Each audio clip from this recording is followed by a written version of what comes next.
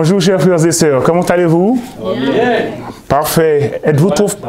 Ça va très bien, merci. N'êtes-vous pas trop fatigué? Non. Pas trop fatigué de ce qui se passe dans le monde aujourd'hui, de ce qui vient nous assaillir, des médias, etc. Il y en a certains qui sont fatigués, mais par la grâce de Dieu, nous marchons avec un Dieu victorieux et c'est lui qui combat pour nous. Tantôt on a chanté, ici-bas, rien n'est durable, espérons comment vivre ailleurs. D'accord? Donc il faut savoir que aujourd'hui, lorsqu'on parle de marcher avec Dieu dans la Bible, qu'est-ce que cela veut dire? Alors si on regarde le verset que nous avons répété, voici la postérité de Noé. Noé était un homme juste, intègre dans son temps. Noé marchait avec Dieu. Amen. Donc, marcher avec Dieu ne se résume pas à juste aller à l'église, juste répéter ce que nous avons appris. Marcher avec Dieu, c'est plus grand que ça. C'est comme Noé, être juste, intègre, craindre le Seigneur. Le verbe marcher est plusieurs fois utilisé dans la Bible, avec un sens très large. On voit que, par exemple, Jésus, lorsqu'il parcourait la Galilée, il marchait beaucoup. Encore les enfants d'Israël, ils marchaient dans le désert. Ils ont marché avec Dieu. Ils ont aussi marché dans le désert pour arriver à la terre promise. Lorsque le verbe, par contre, marcher est utilisé en connexion avec Dieu, il a une dimension plus profonde lorsqu'on dit marcher avec Dieu. Donc, il veut décrire qui sont les vrais marcheurs avec Dieu. Qu'est-ce que ça implique de marcher avec Dieu? On a vu qu'il y a eu des adjectifs juste et intègre. Donc, puisque tu es juste et intègre, tu marches avec Dieu. Ainsi donc, comme vous l'avez reçu, le Seigneur Jésus-Christ, marchez en lui. Il y a marché avec Dieu, mais il y a aussi marché en Dieu. Cela nous amène à nous reposer en lui, faire sa volonté. C'est ce que ça veut dire, marcher en Dieu. Est-ce qu'aujourd'hui nous marchons en Dieu? Est-ce que nous faisons la volonté de Dieu ou la nôtre? Comme Christ l'a fait, il dépendait constamment du Père, n'est-ce pas? Christ, il était en connexion directe avec son Père. Jusqu'à un point que dans le jardin de Gethsémani, lorsque sa volonté, il était tenté à la faire, mais qu'est-ce qu'il a dit? Je veux faire ta volonté. Il a dit à son Père, pas ma volonté, mais la tienne. Marcher en Dieu, c'est affirmer que sa parole, sa volonté sont notre guide, car tout vient de lui. Amen. Tout vient de notre Père, car il est notre Créateur. Il sait ce qui est bon pour nous. Le monde, l'évolution, la science des hommes, les religions, le matériel, la technologie aujourd'hui, il y en a qui sont dépendants, il y en a qui veulent s'en débarrasser. Le siècle présent, c'est-à-dire de nos jours, tout évolue, tend à nous faire oublier que seul Dieu est digne de confiance, de louange et d'adoration. Tout cela fait partie de la marche avec Dieu. On ne peut pas dire, oui, je suis chrétien, oui, je paie ma dîme, oui, je chante, je loue, mais dans notre vie de tous les jours, on est loin de la marche avec Dieu. Avec qui marchons-nous? C'est nous qui le déterminons. À qui soumettons-nous notre volonté? La volonté de qui nous faisons? Marcher en Dieu signifie faire abstraction de tout ce qui nous éloigne de la communion avec notre Créateur. Car en acceptant de marcher en Dieu, nous devenons libres du monde. on se libère et on devient dépendant du Père. Amen. Amen. On change de maître, on devient esclave du Christ, esclave de Dieu, pas esclave du monde. On a vu que lorsque Sodome allait être détruit, les anges sont venus avertir Lot, excusez-moi. Il avait la liberté. Il a choisi de suivre ce que Dieu, la volonté de Dieu. Par contre, il y avait une esclave avec eux. Qui était l'esclave? C'était la femme, puisque la femme était esclave des biens, esclave de son passé, esclave de ce qu'ils ont amassé, esclave de la vie du monde. Et là, elle a perdu son âme, elle est restée. Nous voyons que lorsqu'on change de maître, on devient esclave du maître qui mène notre vie aujourd'hui.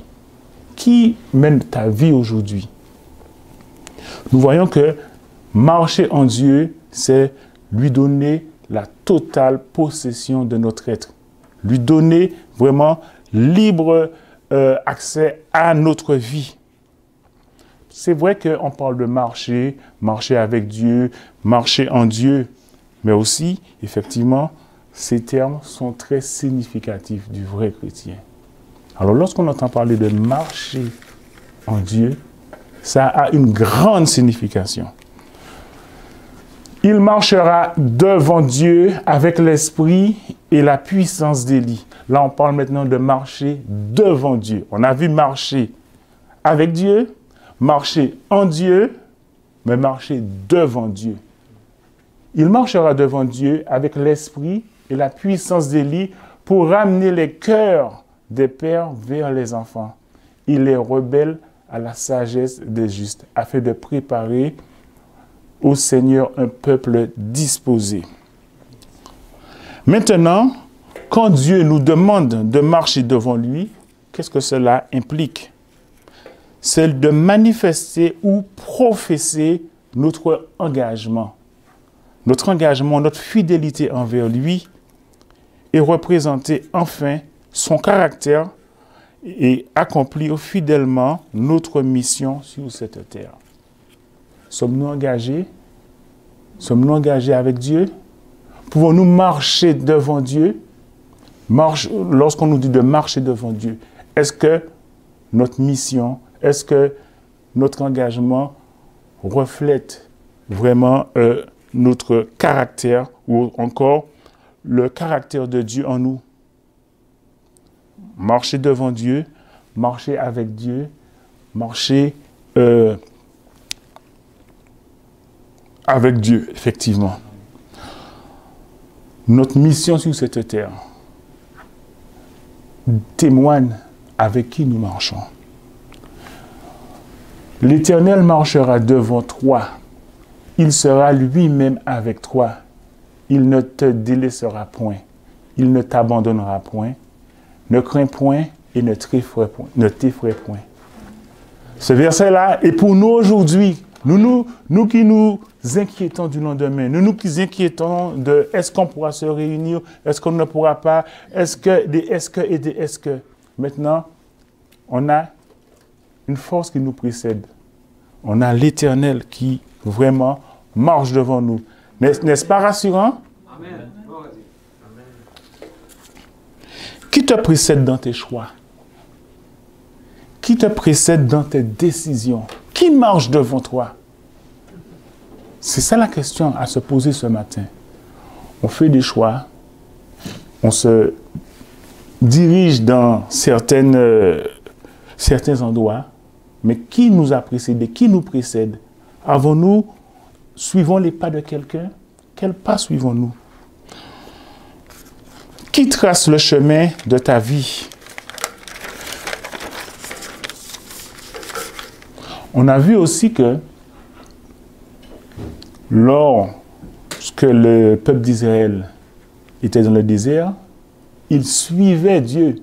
Dieu marchait devant eux par le jour, la nuée, et la nuit, la colonne de feu.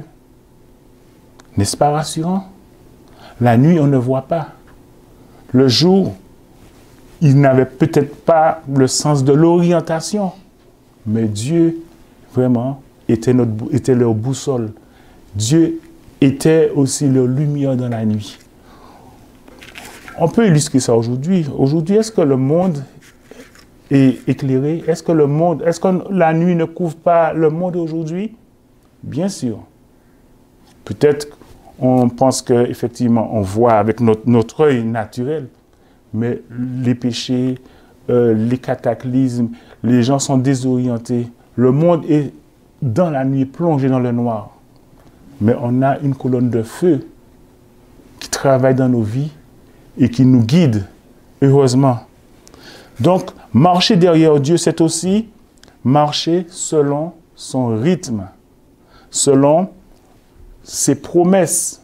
Souvent, on veut aider Dieu, on veut anticiper, on veut aller au-delà on veut marcher à notre rythme, pas au rythme de Dieu. Mais la question à se poser, c'est qui suivons-nous?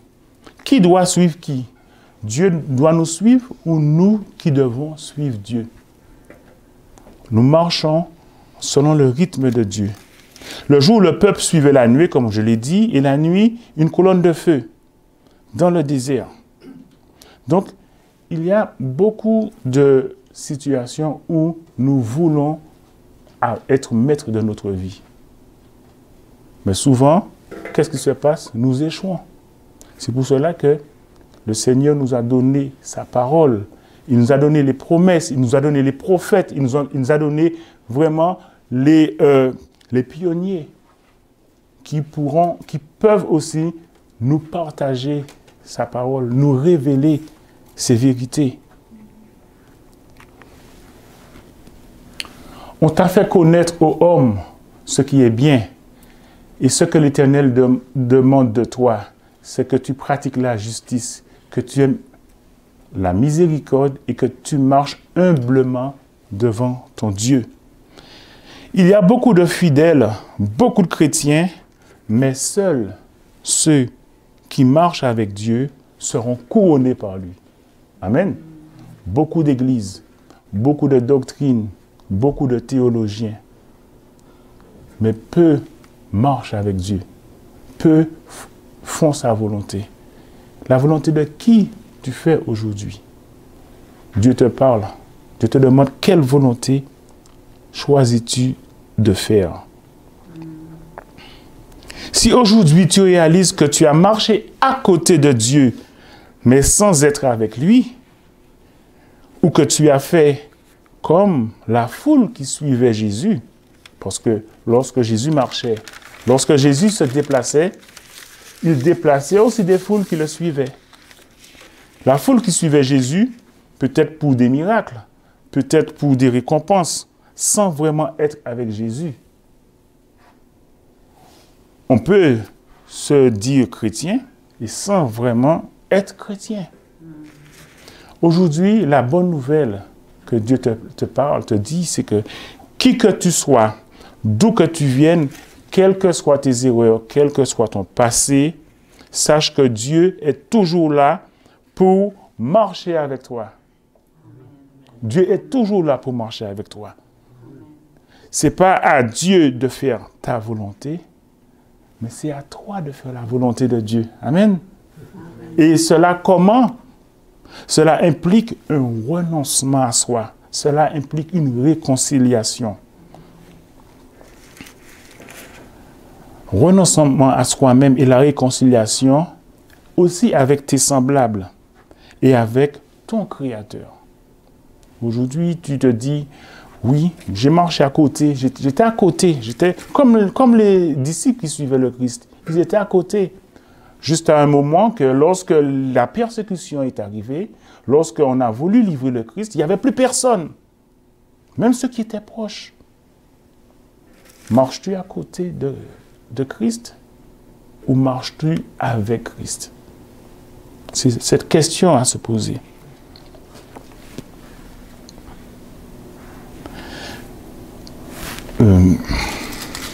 Cela implique un renoncement, effectivement. Cela implique aussi un changement de direction, cela implique vraiment une nouvelle naissance, mais aussi une restructuration de son environnement. Car il y a un lien. Ton environnement et ta croissance spirituelle, ce que tu fais, tes habitudes, a un lien avec ton salut. Ne vous mettez pas avec les infidèles sous un joug étranger. Car quel rapport y a-t-il entre la justice et l'iniquité? Ou qu'il y a-t-il de commun entre la lumière et les ténèbres? Est-ce que Dieu est ténèbre? Est-ce qu'il y a un rapport entre Dieu et les ténèbres? Non. Aujourd'hui, on a choisi de marcher avec Dieu. Alors, Paul le disait à l'église de Corinthe, leur donnait déjà des clés pour effectivement marcher en nouveauté de vie et marcher avec le Seigneur. Quel rapport qu'il y a-t-il de commun entre la lumière et les ténèbres? Quel accord y a-t-il entre Christ et Bélial? Ou quelle part a le fidèle et l'infidèle? Quel rapport y a-t-il entre le temple de Dieu et les idoles? On veut suivre le Seigneur, on veut faire sa volonté, mais on ne lâche pas la nôtre. On veut amener des idoles, on veut ressembler à Christ, on veut, le suivre, mais on veut qu'il s'adapte à nous. Non, le Seigneur, il est saint. Dieu, il est parfait. Et il nous donne l'opportunité et la capacité par son esprit et par l'œuvre de Christ en nous de nous adapter à sa sainte parole, à sa sainte lumière. Pas le contraire. Pas de compromis. Paul l'a dit. Quel rapport qu'il y a-t-il entre Dieu et les idoles? Quel rapport qu'il y a-t-il entre Dieu avec les décisions des hommes? Quel rapport qu'il y a entre Dieu avec les religions? Pour aller plus loin. Quel rapport il y a-t-il entre le temple de Dieu et les idoles? Car nous sommes le temple de Dieu, vivant, comme Dieu l'a dit. J'habiterai et je marcherai où? Au milieu d'eux. Je serai leur Dieu et ils seront mon peuple. Amen. C'est pourquoi, effectivement, qu'est-ce qu'il dit? C'est pourquoi sortez du milieu d'eux et séparez-vous, dit le Seigneur. Ne touchez pas ce qui est impur et je vous accueillerai. Je serai pour vous un père et vous serez pour moi des fils et des filles, dit le Seigneur Tout-Puissant. Amen. Alors, on a nos recettes, puisque si on marche avec quelqu'un, la personne nous dit, tu vas à droite, et nous, on veut aller à gauche. Est-ce qu'on va au même endroit? Non. Dans la vie de tous les jours. Une armée marche en harmonie. L'homme de base, il va là, et toute l'armée suit. Eh bien, il en est de même. Pourquoi? Ce serait le contraire pour Dieu. Car lui, il est la tête de l'Église. Et tout le commandement passe par la tête. Un bras qui agit indépendamment du cerveau, est-ce que c'est normal? Choisissons avec qui nous marchons. Deux hommes. Ok. Oui, effectivement, une fois que nous avons accepté de marcher avec Dieu, il nous arrive à dire, j'ai été crucifié avec Christ et si je vis, ce n'est plus moi qui vis, mais qui? Christ qui vit en moi. Si je vis maintenant dans la chair, je vis dans la foi au Fils de Dieu qui m'a aimé et qui s'est livré lui-même pour moi. C'est ça la nouveauté de vie. C'est ça la marche avec le Christ. C'est ça la marche avec Dieu. Ok. Oh, il y a un verset que je vais vous demander de lire dans Amos 3, verset 3. Amos 3, verset 3.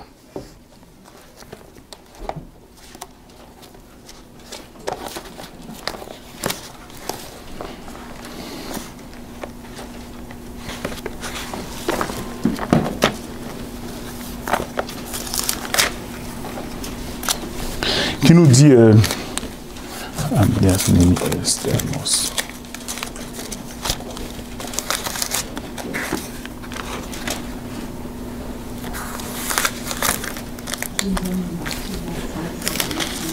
Amos 3, verset 3 nous dit, « Deux hommes marchent-ils ensemble sans être convenus ?» Deux hommes, comment peuvent-ils marcher ensemble sans en être convenus? Amen.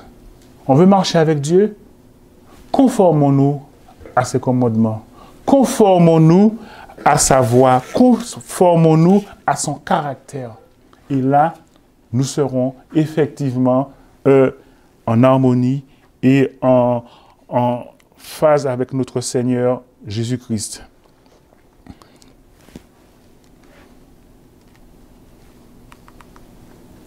C'est pourquoi sortez du milieu d'eux. Oui, on l'a lu tantôt. Donc,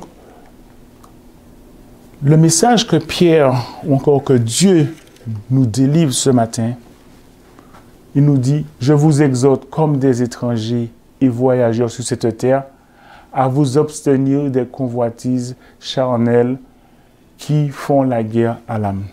Le Seigneur nous appelle aujourd'hui à venir à lui, d'emboîter le pas dans la marche avec lui. Il y a des bénédictions. Il y a aussi vraiment des bénédictions dans nos choix. Cheminer avec Dieu, être en accord avec sa volonté, pas la volonté du monde, qui est diamétralement opposée avec la sienne. Sinon, ta volonté t'éloignera de la sienne. Aujourd'hui, on a peut-être erré dans le passé. On a été probablement comme les enfants d'Israël. On a perdu des repères. Mais ce matin, le Seigneur nous appelle à rallier les rangs, à revenir à lui, par l'œuvre de son Esprit en nous et de son Fils. Car sans cela, nous ne pouvons rien faire. Nous sommes voués à l'échec. Il suffit que nous lâchions prise et que nous le laissons administrer, organiser notre vie. Pour cela, il ne le fera pas sans nous, sans notre volonté. Alors, puisse le Seigneur nous bénir et nous donner le courage, la force et l'humilité pour, comme Noé, marcher avec Dieu, comme l'eau, marcher avec Dieu. Et nous vous disons à très bientôt. Que Dieu vous bénisse.